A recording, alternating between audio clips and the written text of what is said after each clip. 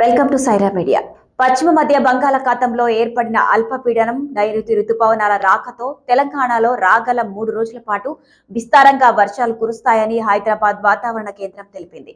నేడు పలు జిల్లాలలో అతి భారీ వర్షాలకు పడే అవకాశం ఉందని జాగ్రత్తగా ఉండాలని సూచించారు. ఈ మేరకు ఆయా జిల్లాలకు హెచ్చరికలు జారీ చేశారు.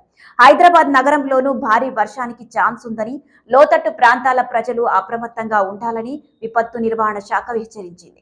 పశ్చిమ మధ్య బంగాళాఖాతంలో ఒడిశాలోని భువనేశ్వర్ కు సమీపంలో కేంద్రీకృతమైన అల్పపీడనం ప్రభావంతో తెలంగాణలో రాగల 3 రోజుల పాటు విస్తారంగా వర్షాలు కురుస్తాయని హైదరాబాద్ వాతావరణ కేంద్రం ప్రకటించింది. ఈ అల్పపీడనం గంటకు 50 కిలోమీటర్ల సుడిగాలి వేగంతో కదులుతూ సముద్ర మట్టానికి 7.6 కిలోమీటర్ల ఎత్తు వరకు మేఘాలను కలిగి ఉందని చెప్పింది. ఇది క్రమంగా మరింత బలపడి మే 30న బెంగాల్ వైపు పయనించే అవకాశం ఉందని వాతావరణ శాఖ వెల్లడించింది. నేడు జగిత్యాల, రాజన్న, సిరిసిల్ల, సిద్దిపేట, జనగాం జిల్లాల్లో భారీ నుంచి అతి భారీ వర్షాలు కురిసే అవకాశం ఉందన్నారు.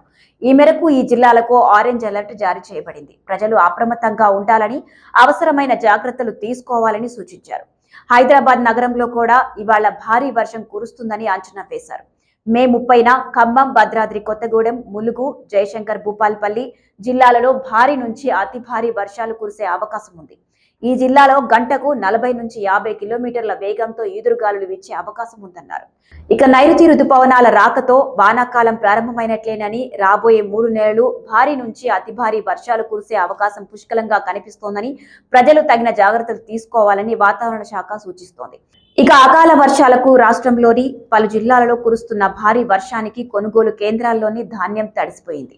జనగామ జిల్లా చిల్పూరు, పల్లగుట్ట గ్రామాల్లోని కేంద్రాల్లో ధాన్యం తడిసి ముద్దైపోయింది. లారీలు సరిగ్గా రాక ధాన్యం నింపడానికి బస్తాలు లేక ఇబ్బందులు పడుతున్నారని రైతులు వాపోతున్నారు. ఇక వర్షాలతో మామిడి రైతులు ఆందోళన చెందుతున్నారు.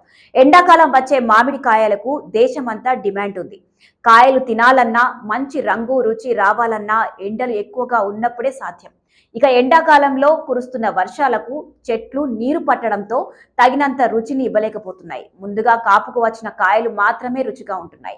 కానీ ప్రస్తుతం ప్రతిరోజు కురుస్తున్న వర్షానికి పాకానికి వచ్చిన కాయలు నీరరాలుతున్నాయి. అలాగే పండుపై మచ్చలు ఏర్పడుతున్నాయి. కొన్ని రోజులు ఆగితే పురుగులు పడే అవకాశం ఉందని ఆందోళన చెందుతున్నారు రైతన్నలు.